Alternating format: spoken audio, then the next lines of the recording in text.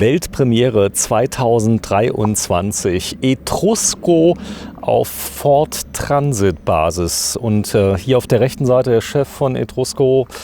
Ja, ich grüße dich, Christian. Erstmal hallo. Ich bin ganz aufgeregt, denn ich habe die Autos gesehen und du hast gesagt, ich soll unbedingt mal diese Felge zeigen, denn das hier ist die Complete Edition. Das sind Prototypen, die werden aber so oder so ähnlich jetzt in Kürze komplett in Serie gehen. Ihr habt sie fertiggestellt. Hier ist große Tagung. Hier auf der linken Seite ist der Philipp. Hallo Philipp, grüß dich. Ja, sind sie nicht schön geworden? Ja, super schön. Ne? Also ich bin auch jedes Mal, freue ich mich vor den Fahrzeugen zu stehen. Sehen einfach super schön und markant aus. Ja, das ist jetzt zuerst mal das 6-Meter-Modell. Ob noch weitere kommen, es gibt ja noch ein 6,60 Meter, das wird die Zukunft zeigen, wie das Ganze ankommt. Habt ihr sie mal getestet vor einem geheimen Publikum, vielleicht den Mitarbeitern? Was haben die gesagt bei Etrusco? Ja, natürlich, wir versuchen so viel Feedback zu bekommen wie nur möglich und das Feedback ist eindeutig, auch von den Handelspartnern, die die Fahrzeuge schon gesehen haben. Das ist sehr, sehr gut, sehr gelungen. Endlich mal was Neues, mal was anderes und die freuen sich vor allem auch riesig, dass es wieder eine Complete Selection gibt. Ja, eine Complete Selection bedeutet, man kann diesen Wagen hier, ich glaube für rund 55.000 Euro liegt er mit Vollausstattung. Ganz genau. Dazu gibt es noch die ein oder andere Option, typischerweise 170 PS oder auch das Automatikgetriebe. Aber dann ist man auch schon fix und fertig.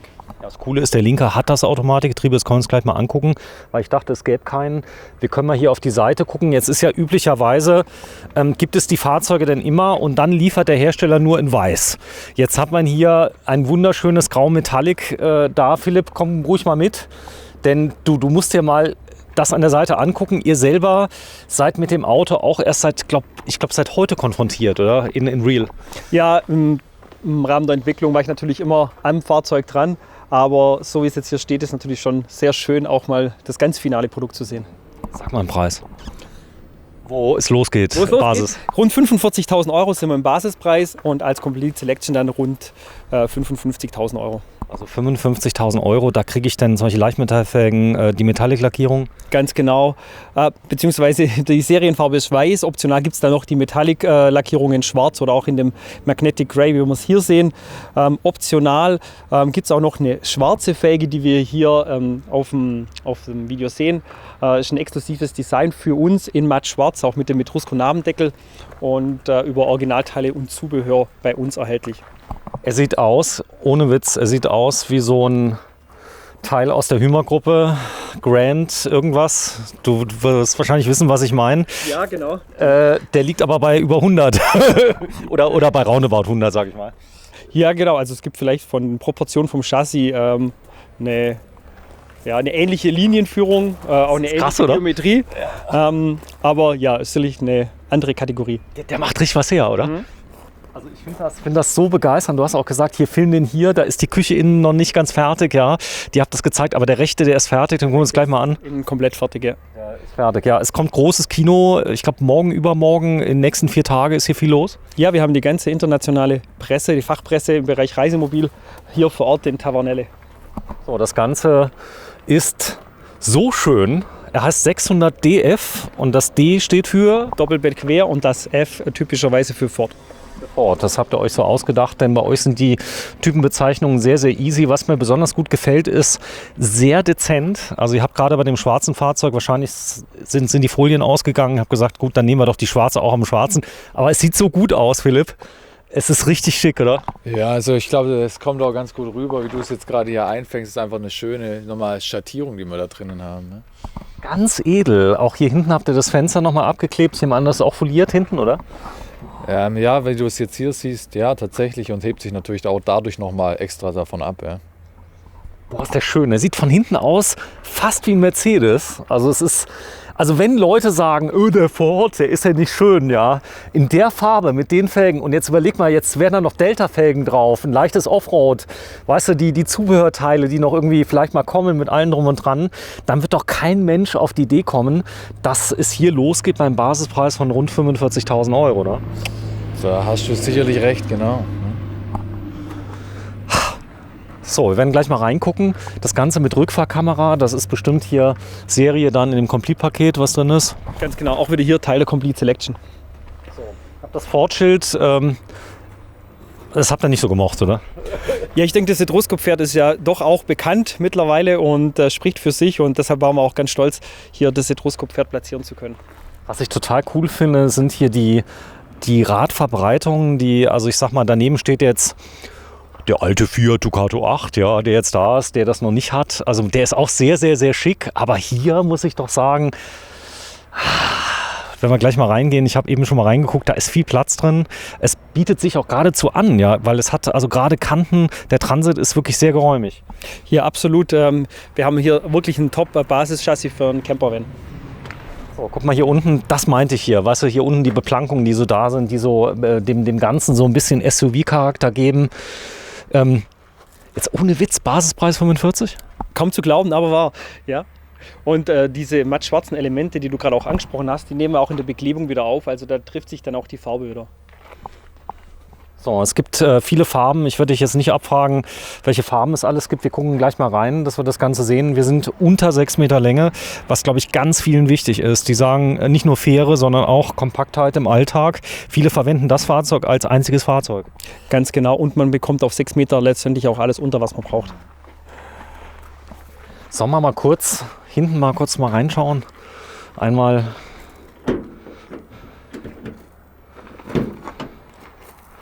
Frage an dich, Philipp, kann man die Türen aushängen? Kann man die noch ein bisschen weitermachen? Weil das geht bei vielen nicht. Also so wie ich weiß, bei dem Modell jetzt nicht. Außer du bringst noch mal einen extra Kniff mit dabei. Ja? Du siehst nagelneue Modelle selber noch nicht gesehen. Ah ja, klar, du standest in einem besseren Winkel natürlich. Also ganz simpel im Endeffekt. Man muss dem Philipp wirklich zugute halten, ja. Ihr habt den ganzen Tag aufgebaut. Ich komme hier hin, habe mir die Autos schon angeguckt, ja. Der ist so neu, dass ihr den selber noch nicht begutachten konnt. Heute ist Aufbautag, oder? Heute ist Aufbautag, richtig, genau. Okay. Ja, ihr habt den selber mitentwickelt quasi. Als du vor einem Jahr gesagt hast, wir gehen auf Ford, dann hast du so die ersten Renderings gesehen, wie das Ganze aussieht. Hat dich das begeistert? Ja, absolut. Angefangen hat es natürlich auch im Interieur, wo wir unsere Dekore mal simuliert haben, aber auch dann im Außendesign mit der Beklebung hat uns schon direkt überzeugt. 45. Tatsache. Ich fasse es nicht.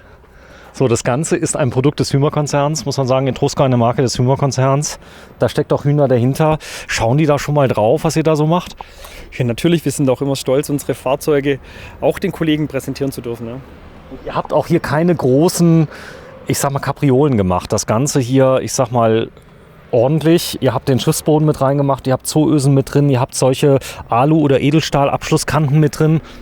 Ist natürlich ganz wichtig, die Fahrzeuge werden ja auch tagtäglich genutzt. Du hast vorher schon angesprochen, teilweise auch als Zweitwagen. Und von daher braucht man natürlich auch eine gewisse Produktqualität. Sag mal, lohnt sich hier ein Selbstausbau, jetzt mal ganz ehrlich, wenn du das guckst? Weil das Basisfahrzeug hat ja auch noch seinen Preis, ja. Wo ist denn noch was dran verdient? Das frage ich mich oft, aber das ist, glaube ich, auch eher Muße. So, die Kurbel ist hinten drin, das ist cool, alle Formteile. Ihr habt eines der modernsten Werke überhaupt, das ist hier in der Nähe. Ganz genau, eines der neuesten und modernsten Werke auch der Erwin Hymer Group in San Casciano.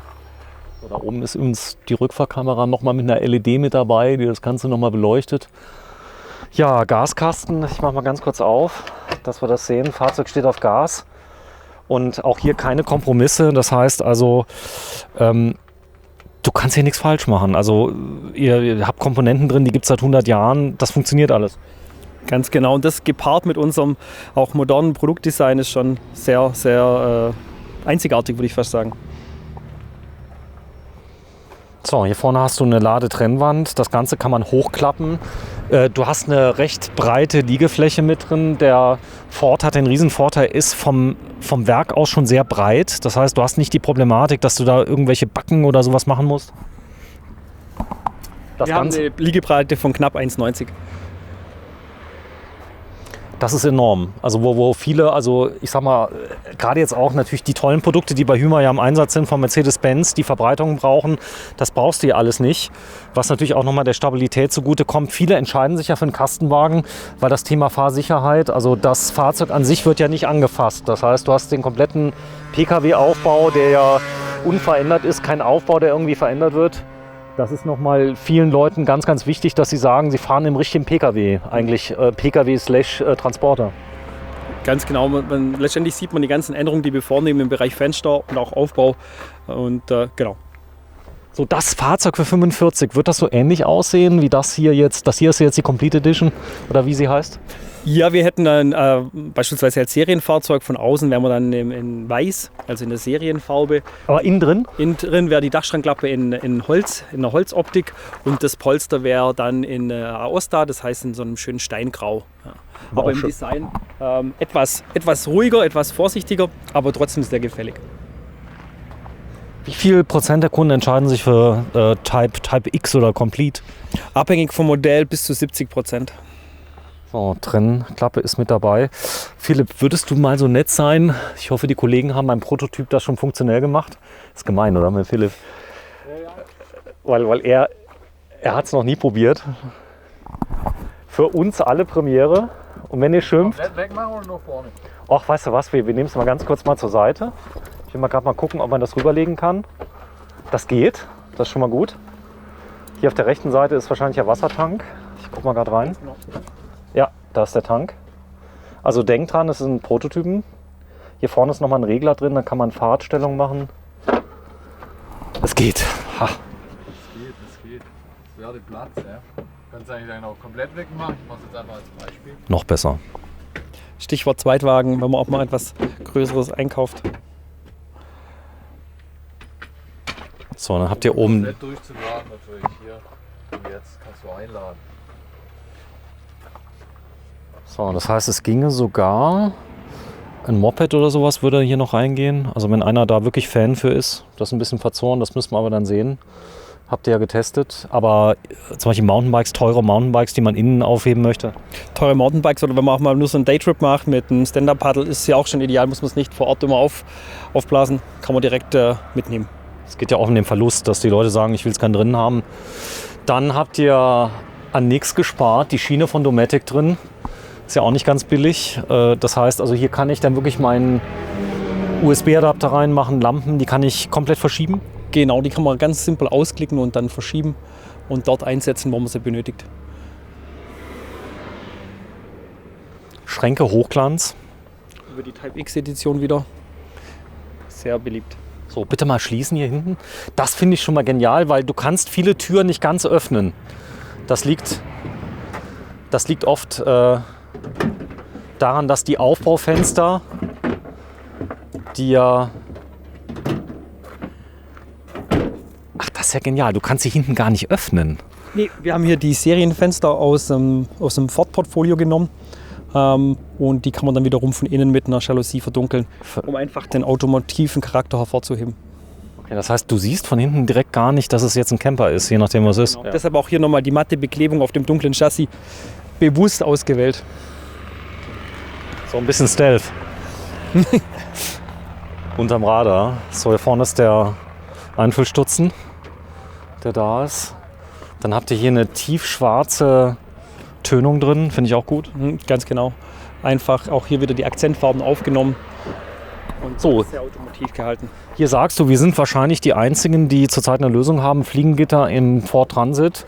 Da habt ihr hier vorne eine Plexiglasscheibe, denn hier vorne habt ihr Formteile. Ich nehme an, dass es da schon entsprechende Werkzeuge gibt, wo das Ganze reingegossen wird. Die habt ihr nicht aus dem 3D-Drucker gedruckt, oder? Nee, ganz und gar nicht. Das heißt, man braucht schon auch ein gewisses Know-how, um so ein Fahrzeug entwickeln zu können. Das ist rund, das heißt, alle Holzteile sind da. Boah, ist das ein Aufwand, sowas zu machen, oder? Ein neues Auto?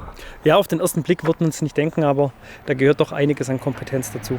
Okay, das heißt, ihr habt nicht die entsprechende Einrichtung vom Fiat genommen, die einfach reingeschmissen? Nee, ganz und gar nicht. Man sieht es nachher auch in den Detaillösungen, dass wir hier auch viele neue Bestandteile und Bauteile verwenden. 45. Und dabei, es sieht auch alles ordentlich aus. Also es ist jetzt gar nicht so, dass man so irgendwie denkt, da ist jetzt unten nur, weißt du, so eine Airline-Schiene drin, alles ist nur, er hakt nur so ein bisschen ein. Das ist ein komplett, ja, krass. Da werden einiges zu knabbern haben. Also ich denke mal, wenn ihr damit auf den Markt kommt, weil ich glaube, das ist ja ein Traum für viele Leute, die sagen, okay, kaufe ich mir das nächste Mal einen PKW oder nehme ich mir so ein Multifunktionsfahrzeug. Ich muss sagen, das ist ein Prototyp trotzdem gut gelungen. Ja, absolut. Wir sind sehr zufrieden mit den Prototypen, die wir hier ausstellen können. So, ich bin mal sehr gespannt. Ihr habt ja viele Kollegen auch von der großen Presse, die jetzt kommen, die das Ganze sehen werden.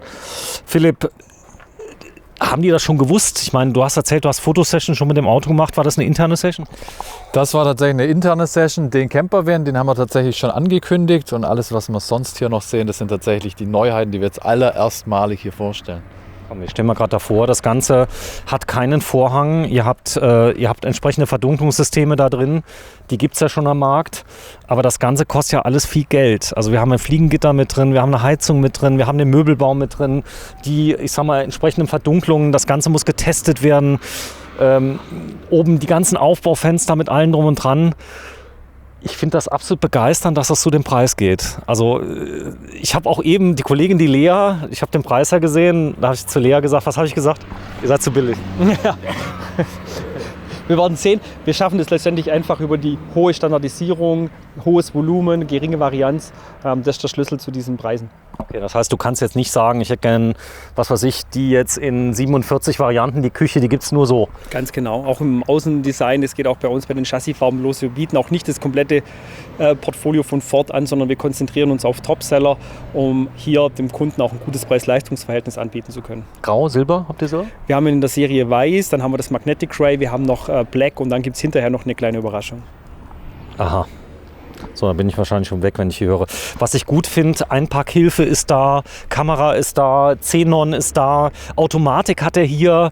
Das ist ja das, was viele wünschen, weil ja ganz, ganz viele Aufbauhersteller, ich sage jetzt mal nicht Fiat, keine Automatik bieten und das auch noch fest verteidigen, die dann sagen, die Deutschen fahren ja gerne Schaltgetriebe. Ist nicht so, also es will nicht jeder. Würde ich mal sagen, das ist ein Mythos. Der Automatikanteil nimmt doch stark zu über die letzten Jahre. Wir werden das mal sehen. Kannst du mal das Auto anlassen? Es ist so leise. Bitte sei mal so lieb. Also wir waren ja eben drin, weil viele ja sagen, naja, der Ford, der ist so ruppig, der ist rau. Die Welt ist ganz anders geworden. Ach, der Sitz war gedreht, gell? Du kannst aber, wenn du willst, den hier auf der Seite anlassen. Weil wir haben ja 2 Stück da. Da steckt der Schlüssel auch. Super. Er ist so leise. Du hast zu mir gesagt, du musst ihn unbedingt mal mitnehmen, dann, um dich da mal ranzutasten.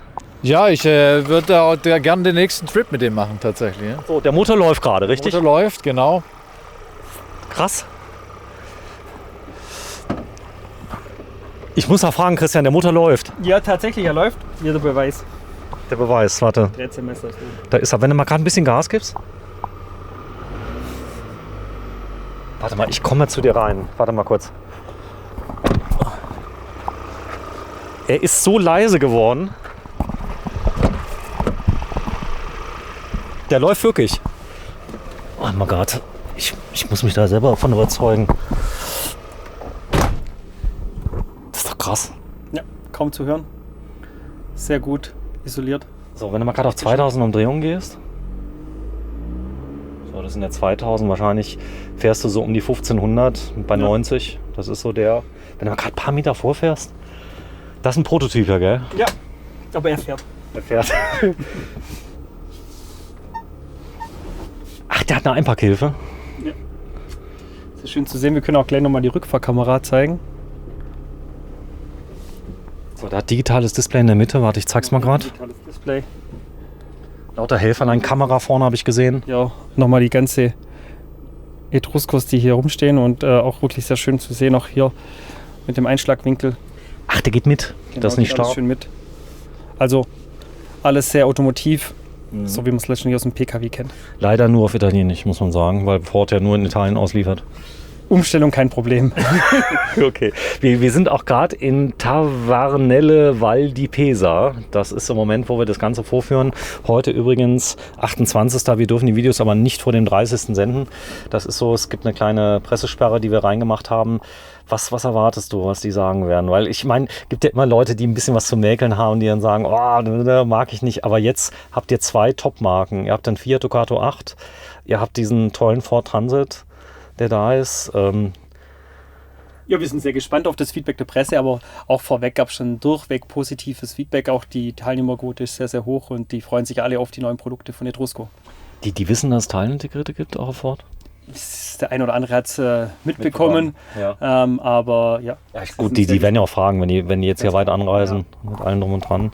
Komm, wir gehen mal raus, dann gehen wir mal rein in den anderen. den dürfen wir sehen. Der ist jetzt nicht so, dass der jetzt ganz schlimm ist. Es ist nur so, dass der andere, glaube ich, der ist jetzt komplett geworden, hier zur Vorstellung. Ihr habt ja 2 Stück, der hier ist zugelassen, die Leute können mal mitfahren. Das ist auch interessant. Definitiv und direkt in die schöne Toskana natürlich ums Eck.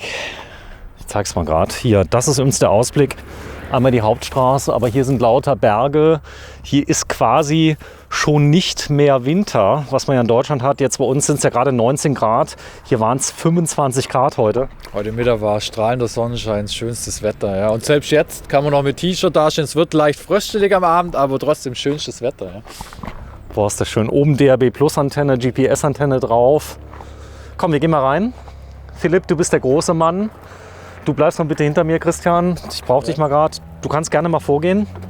Wir haben das Glück, dass wir hier unten den guten alten Steinboden haben in der Toskana. Deswegen ist im Moment unser Schiffsboden, der da ist, indirekte Beleuchtung. Sehr schön geworden, die Beleuchtung. Ja, auch wichtig, um hier die verschiedenen Ebenen abzuheben.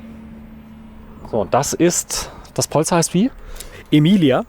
Auch wieder hier erhältlich über die Design-Edition Type X. Type X, das sind die mit den weißen Schränken, gell?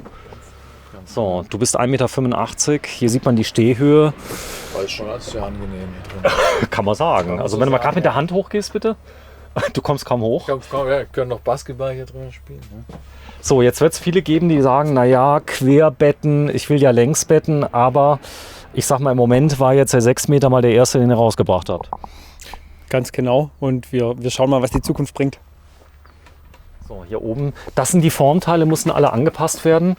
Hier Schaumstoff ausgekleidet. Wichtig ist ja bei so einem Kastenwagen, es sollte so wenig wie möglich irgendwie klappern. Und die Küche, ja, da habt ihr euch viele Gedanken gemacht. Ganz genau, wir haben ja die Küche extra so konzipiert, dass es zum einen 2 Ebenen gibt, die Spüle etwas höher, dann ist die Küche hier etwas abgeschrägt, damit der Zugang einfach sehr, sehr gut ist und auch offen ist. Und zudem bekommen wir durch die abgeschrägte Küche auch nochmal 2 Isofix-Plätze in der Sitzgruppe, die bei uns bei Etrusco serienmäßig sind. Ihr habt Isofix auf den äußeren Sitzen, es gibt ja nur 2, also auf allen Sitzen hinten.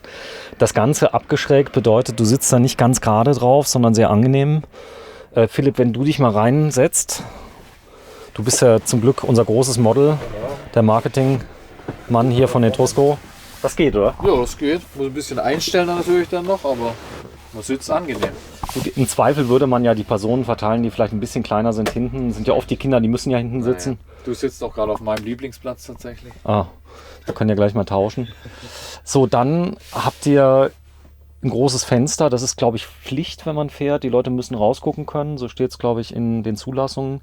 Bitte mal das Fenster öffnen und wenn du gerade so nett bist, das Fliegenschutzgitter mal bewegen.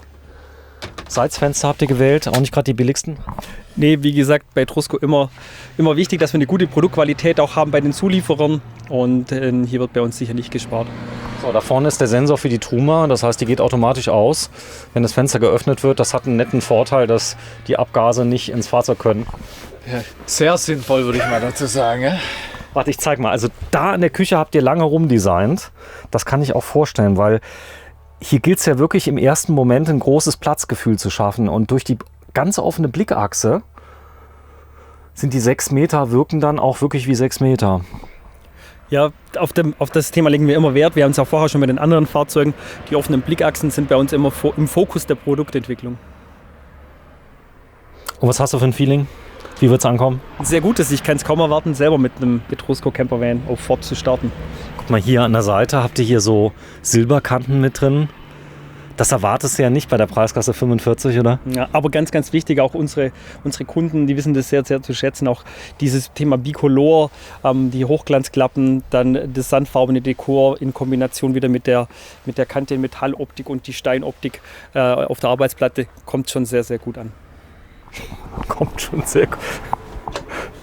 Ey, ganz ehrlich, wenn du da jetzt die Leute, du würdest das Ding auf den Marktplatz stellen und die Leute mal ein bisschen raten lassen, was der kostet. Was denkst du? Ja, so 65 als Grundpreis wäre sicherlich schon, oder? Da hätte ich jetzt auch genau die gleiche Nummer gesagt. Bitte mal oben öffnen, einfach. Das wollen wir mal kurz schauen. Sorry, Philipp, dass ich dich missbrauche als Showpraktikant hier für mein Video. Aber es ist wirklich, die Leute wollen ja jedes Fach sehen, was drin ist. Ihr habt jeden Zentimeter genutzt. Auch hier unten drunter habt ihr die Staufächer dann genutzt. auch mal. Also im Endeffekt für alles sein Platz. Habt ihr das ausgelasert oder wie habt ihr es da rausbekommen? Egal, es funktioniert. So, da vorne ist nochmal Platz. Die Luftausströmer überall habt ihr drin. Also auch hier jetzt im Kastenwagen. Auch diesen Tisch kann man noch erweitern. Gucken, da ist so ein Hebel, den kann man ziehen. Das mal gerade. Schick. So, USB überall.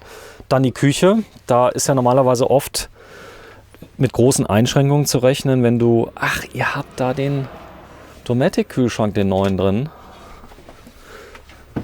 Wahrscheinlich als Variante Kompressor. Ich guck mal gerade. Ja, richtig. So, Kompressorkühlschrank drin. Gut, hier ist natürlich beim Kastenwagen wird wahrscheinlich oft Solar verlangt. Ist das möglich? Ab Werk nicht, aber je nach Handelspartner ist das natürlich in der Nachrüstung möglich. Hier gibt es ja doch viele verschiedene Angebote am Markt.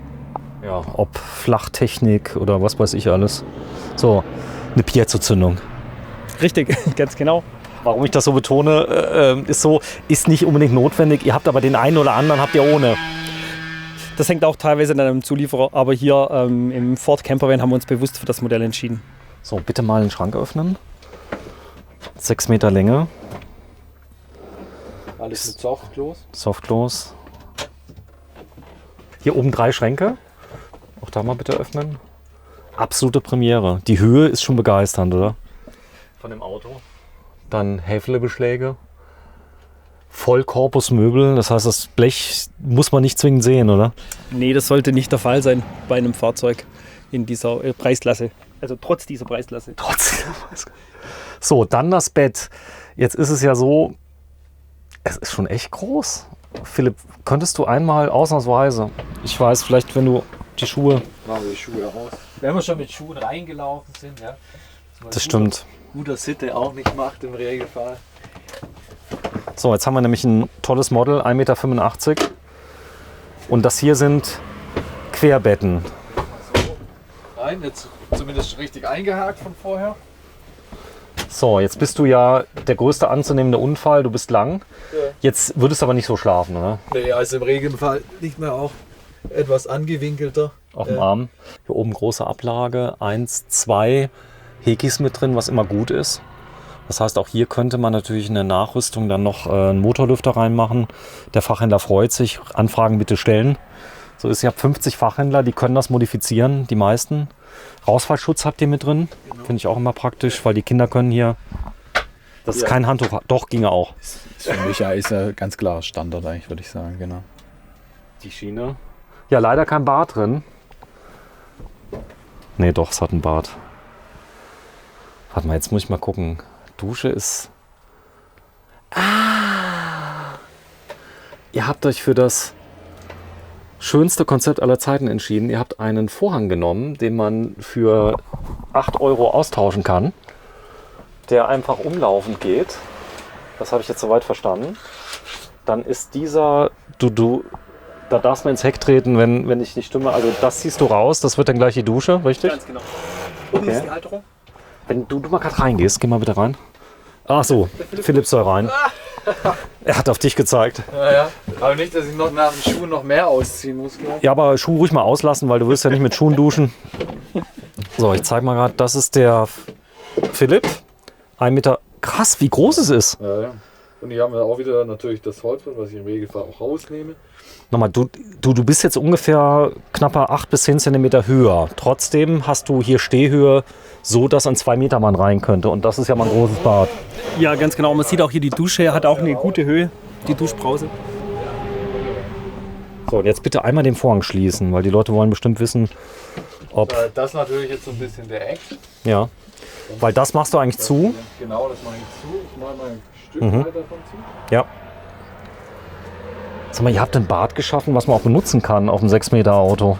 Weil es gibt viele Bäder, wo ich manchmal das Gefühl hatte, da war keiner drin, der größer war als 1,80 Meter. Nee, diese Themen waren bei uns immer getestet, auch im Rahmen der Entwicklung natürlich. Und das ist schon sehr, sehr wichtig, dass man, wenn man ein Bad hat, das auch nutzen kann. So, großes Heki hier oben noch drin. So, das ist dann... Das ist natürlich jetzt nicht das ausgelegt, dass du die Tür zu hast, aber du kannst hier einmal wirklich rum und ich habe jetzt auch hier noch gut Platz zum Duschen. Okay, ohne jetzt alles komplett nass zu machen. Ohne alles Also liebe Fans, die dann sagen, mein Gott, wie kann man nur einen Vorhang machen? Ich habe selber einen Vorhang zu Hause.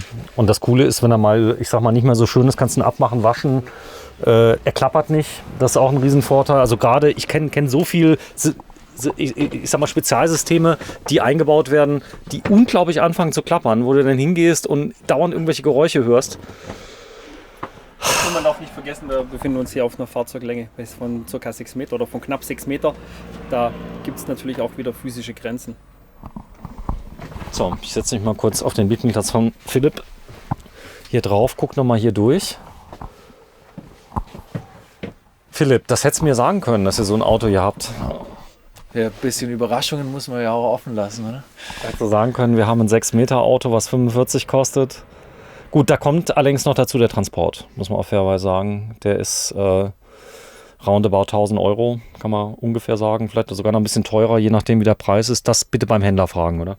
Das würde ich auch sagen. Auf jeden Fall beim Händler nachfragen und dann das individuelle Angebot einholen. So, kommen wir zum Plissis und zum Frontbereich. Ich lasse dich mal rein, Philipp. Denn, Sollen wir zumachen? ja, kannst gerne mal beide drehen. Dass wir das mal zeigen, denn du hast nämlich eben was ganz Besonderes gesagt. Du hast gesagt, die haben den Ford deines Wissens nach ein bisschen geändert, auch für große Personen jetzt ganz hervorragend, dass die rausgucken können. Ganz genau, im Vergleich zu den Vorjahren gibt es beim Ford auch für größere Camper oder auch Kunden ja kein Problem beim Fahren. Man sieht hier, der Philipp sitzt mit ca. 1,85 schon sehr, sehr komfortabel, hat eine gute Sicht, keinen eingeschränkten Sichtwinkel. Jetzt das Coole hier, sieht man die Automatik, eine 6-Gang. 6-Gang, korrekt. 6-Gang Automatik mit drin, dann das große Display, das haben wir eben schon gesehen. Viele Ablagen, Lederlenkrad, wie fühlt sich das an? Sehr gut, also eigentlich sehr automotives Design, was wir haben. Du kannst rausgucken. Ich mache mal gerade aus deiner Richtung. Das ist der Philipp. Also das passt einwandfrei. Von Campervan zu Campervan sozusagen der Ausblick hier. So, es ist Nacht, Philipp. Wir müssen vorne verdunkeln, bitte. Dann fangen wir mal an von meiner Seite. Bevor du siehst. Die guten Remis-Rollos. Bewährtes System, genau, insbesondere im Campervan setzen wir die auch sehr gerne ein, da hier die Kunden diese Blinds auch zu schätzen wissen. Auch da gibt es günstigere Lösungen, muss man fairerweise sagen. Die günstigeren Lösungen gibt es eigentlich überall, aber das heißt ja nicht, dass wir sie einsetzen sollten. Ganz im Gegenteil, wie gesagt, das Thema Produktqualität ist uns extrem wichtig. Guck mal hier vorne, das ist genauso ausgespart. Ist das Zufall, dass es da vorne ausgespart ist? Das passt ja genau.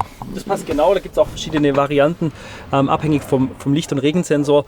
Aber wir wählen natürlich auch die passenden